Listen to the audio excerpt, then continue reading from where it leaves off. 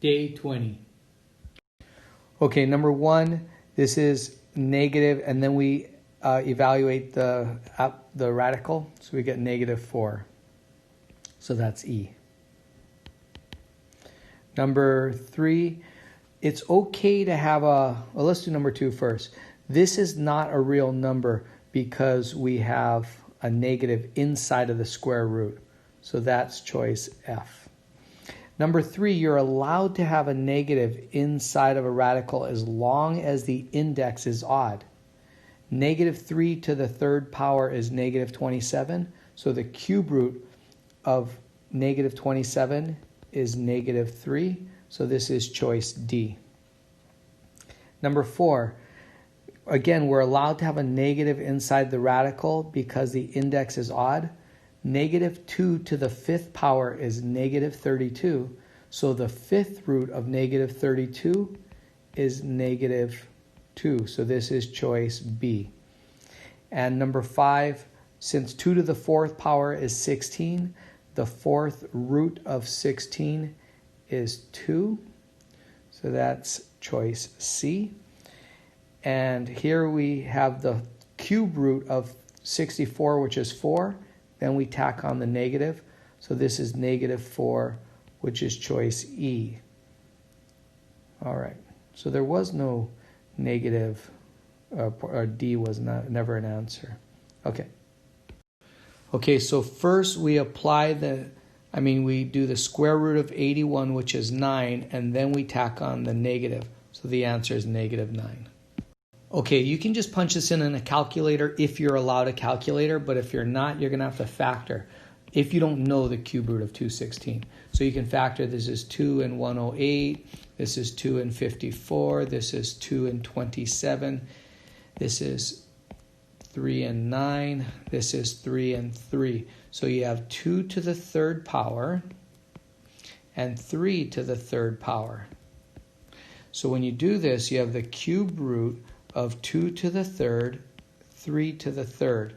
When you take any base out of an radical, you divide the exponent by the index. So this becomes 2 to the 1 power.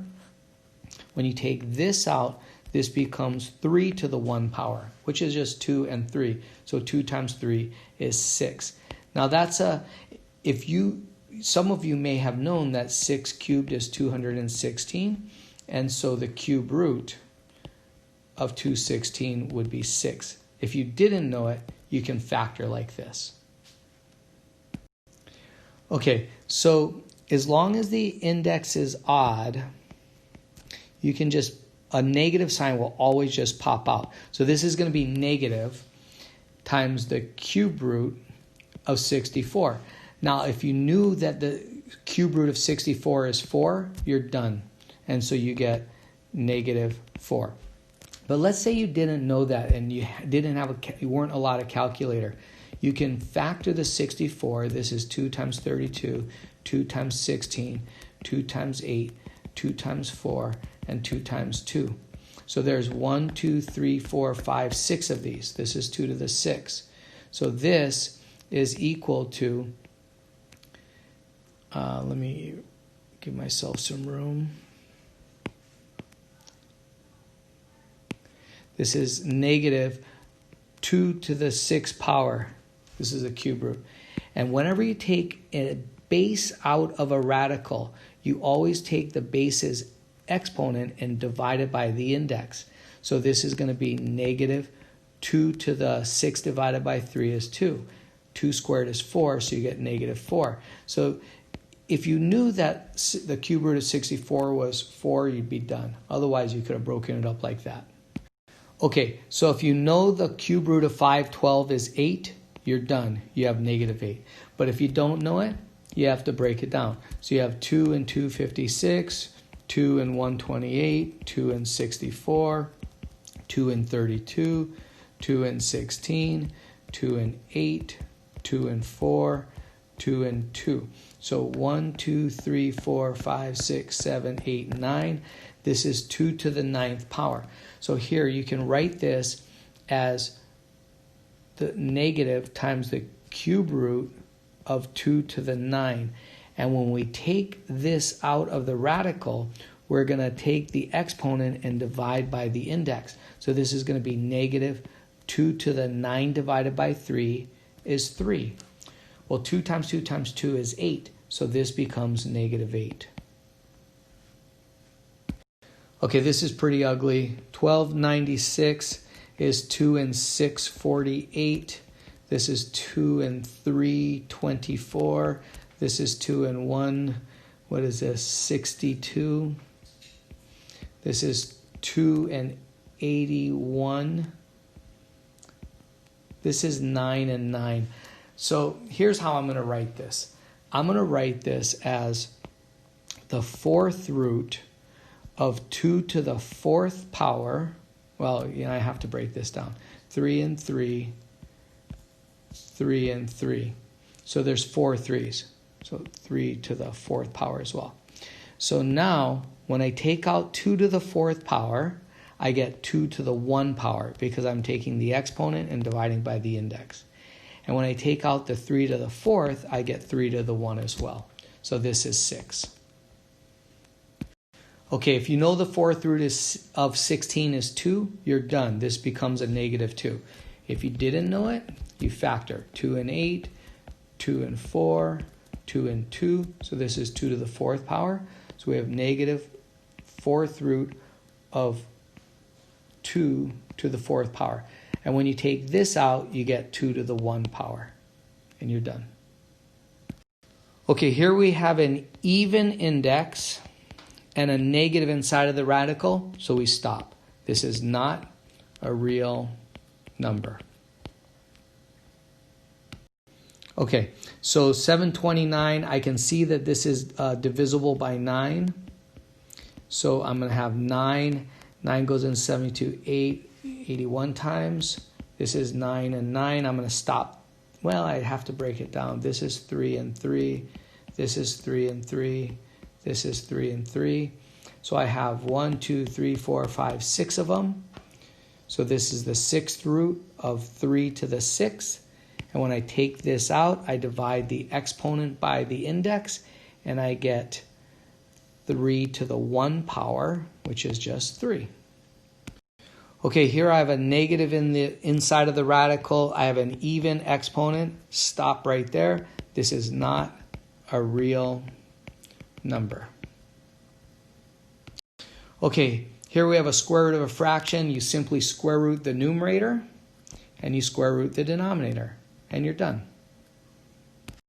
Okay, the easiest way to do something like this is imagine that you had a square root of a 49. This is equal to 7. And then there's 2 places past the decimal here. This is an index of 2. So we're going to, instead of going 2 back, we're going to divide that by the index. We're going to go 1 back. And so this is going to be a 0.7. So in other words, if there was a index of 4, and let's say there is 8 places in the decimal, after you square root it, you're only going to move 2 places back. You can always check your answer by multiplying this by itself, moving the decimal, and seeing if you get the original. Okay, the cube root of 64 is 4. That's because 4 to the third power is 64. The cube root of 27 is 3. That's because 3 to the third power is 27. So you're done.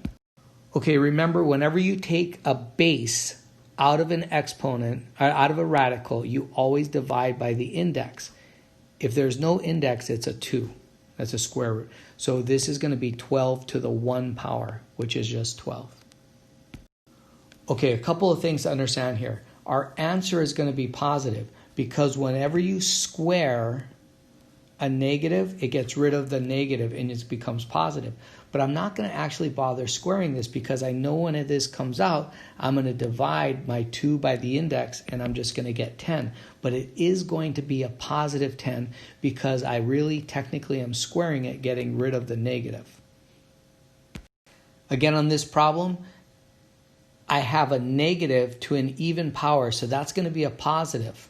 I'm not going to go 2 to the 6th power and figure out what that is just to turn around and 6th root it.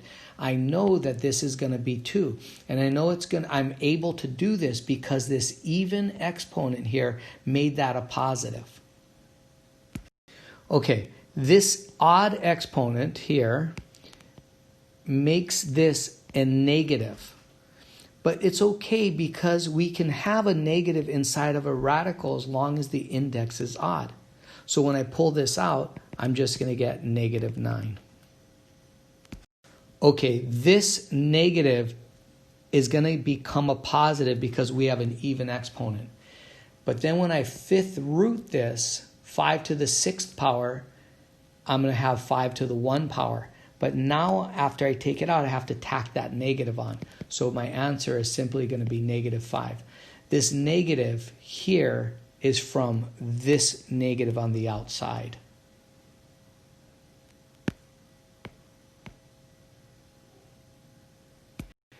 Okay, this is a little bit confusing, but the answer to this is the absolute value of x. Now here's the reason why.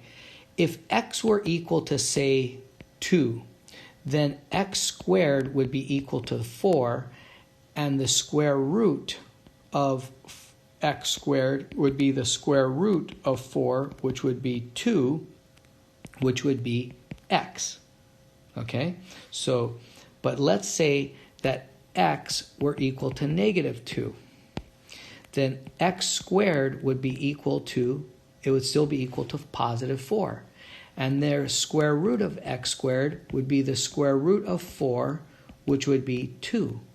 But this would be equal to -x, not x, because x was 2. Okay, so all we know is that the square root of x squared is equal to the absolute value of whatever x is. In other words, the square root of x squared is equal to the absolute value of x. Now if we plug when x is -2 or when it's +2, this works, and when x is -2, this works. Okay, the short rule is this. If you take a variable out of the radical, if the variable goes from an even to an odd, then you need to include the square root, the absolute values. Okay, so if you had the cube root of x, this is just equal to x. We don't need the absolute values. If I had the 4th root of x, let's see, not the 4th root, let's say I had the square root. Let's say I had the square root of x to the 4th. This is equal to x squared. I do not need the absolute values because x squared could never be negative. So I went from an even to an even. And so that's okay. It's only when you go from an even inside of the radical to an odd that you're going to need the absolute values. We'll talk a little bit more about this as we go along. Okay, so -z squared is the same thing as z squared because we're squaring a negative. We get rid of that. So this is going to be z. But notice we went from an even exponent to an odd exponent, so we need the absolute values. Okay, we're cube rooting x cubed, so we get x. This is not going from an even to an odd, so we do not need the absolute values. Okay, when we take a base out, we always divide the exponent by the index, and we get 5. We are not going from an even exponent to an odd, so we do not need the absolute values. Okay, so we take this out, and we're dividing that exponent by the index, so 30 divided by 6 is 5. Notice we did go from an even exponent to an odd, so we do need the absolute values. Now you could write it like that, and that's fine, or you could have written it like this. In either one, they're both the same thing. Page 523. Okay, 2 to the 1/2 power means the square root of 2. So that's C. Number 2, negative 27 to the 1/3 power means the cube root of negative 27. Remember, it's okay to have a negative in the radical when you have an odd index. So this is simply going to be equal to negative 3, which is choice E. Number 3, negative 16 to the 1/2 power. There's no parentheses here, so this is negative square root of 16, which would give us negative 4. And that is, let's see, choice A.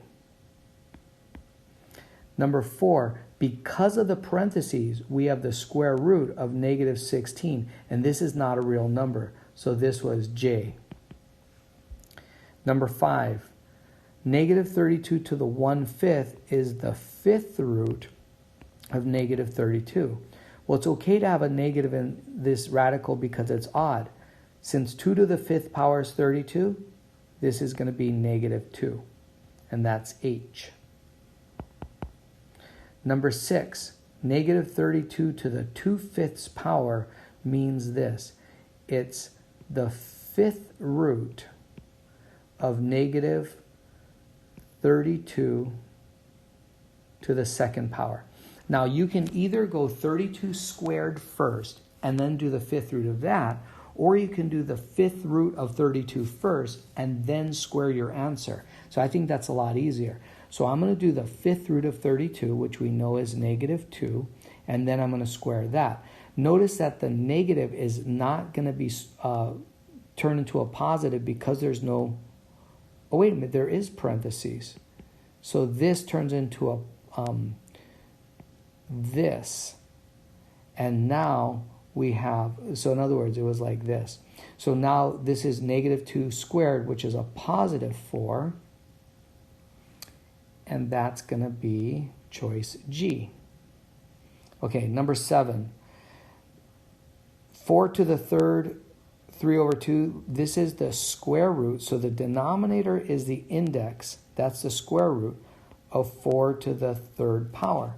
Now you can either take 4 to the 3rd power and square root your answer, or you can square root the 4 and then take your answer to the 3rd power, which I think is easier. So I'm going to square root the 4 and get 2, and now I can go to the 3rd power and I'm going to get 8, which is letter B. Okay, 6 to the 2/4 is the same thing as 6 to the 1/2, which is the square root of 6, and that's letter F. Negative 6 to the 2/4 power is negative 6 to the 1/2. Since there's no parentheses, the negative is on the outside, and then we square root the 6. And that was choice D. And finally, 36 to the 0.5 is the same thing as 36 to the 1/2, which is the square root of 36, which is 6. So that's choice, I'm not seeing a 6. Oh, choice I. Okay. Okay, this is 169 to the 1/2 power. This is the square root of 169, which is 13. Okay, this is the cube root. Remember, this is the index. So that's the cube root of 729 to the 1 power. This is like the exponent. So we're not going to write the 1 power. If you don't know what the cube root of 729 is, this is going to be 9. But if you didn't know that, you'd have to break this down. 9 goes into 72 8 times, 9 goes into 9 once. So this is 9 times 9. So this is 9 to the 3rd power. So you'd have the cube root of 9 to the 3rd power. And when you take this out, we have 9 to the 1 power, which is just 9. Okay, this is the 4th root of 16, which is going to be 2. If you didn't know the 4th root of 16 is 2, you'd have to break down the 16. This would be 4 and 4, 2 and 2. So this is 2 to the 4th power. So this would be the 4th root of 2 to the 4th power. And when we take this out, this is going to be 2 to the 1 power, which is 2. Okay, so this is the square root of 64 over 81. The square root of 64 is 8. The square root of 81 is 9. Oops, I forgot to write this correctly. This was to the 1/2 power, and that's why it was the square root. Okay. So this is the cube root, that's the index, of negative 27. Remember, when you have an odd index, the negative simply pops right out. And the cube root of 27 is 3. So the answer is negative 3. So this is the square root of negative 144. So you stop right there. This is not a real number.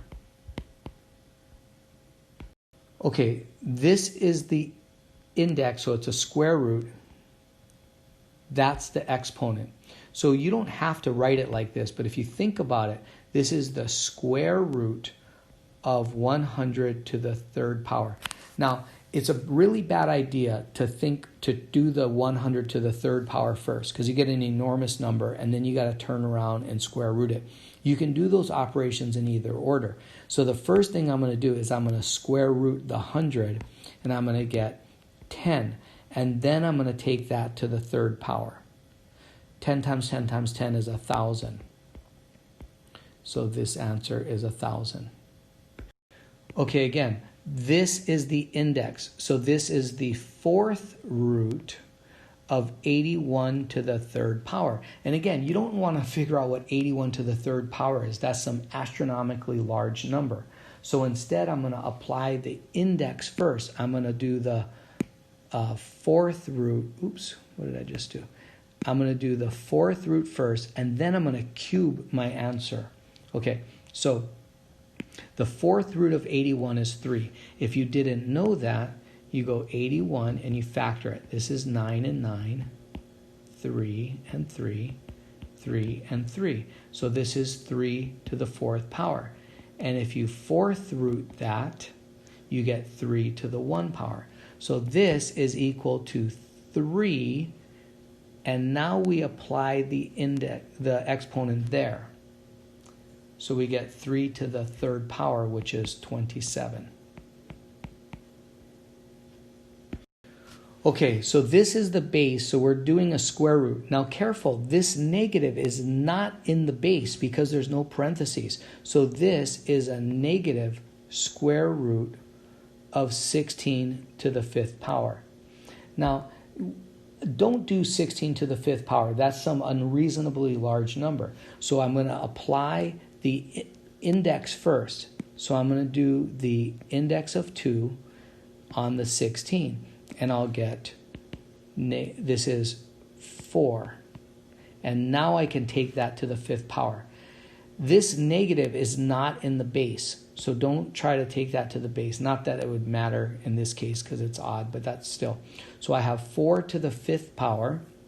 Well, 4 times 4 is 16, times another 4 is 64, times another 4 is 256, times that last 4 is 1,024. So this is going to be negative 1024.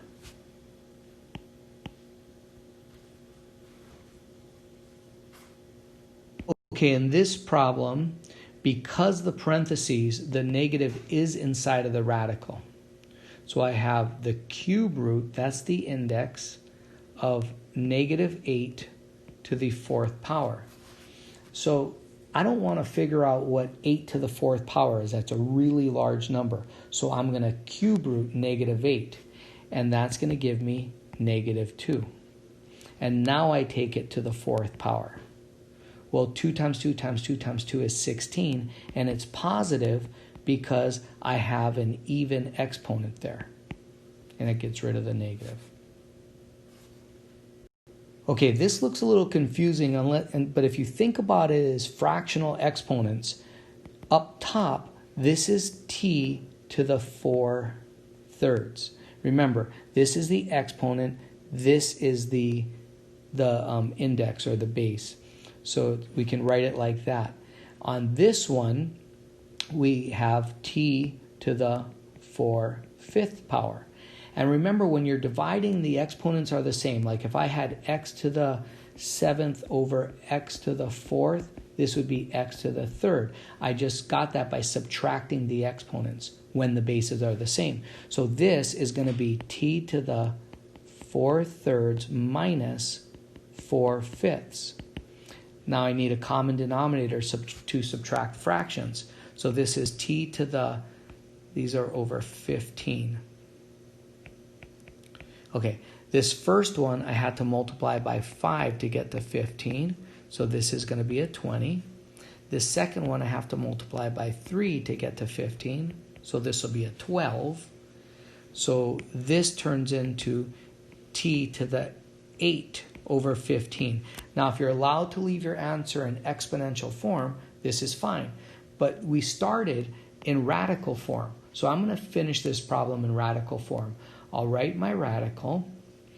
This is my index. And this is my exponent. And then I'm done.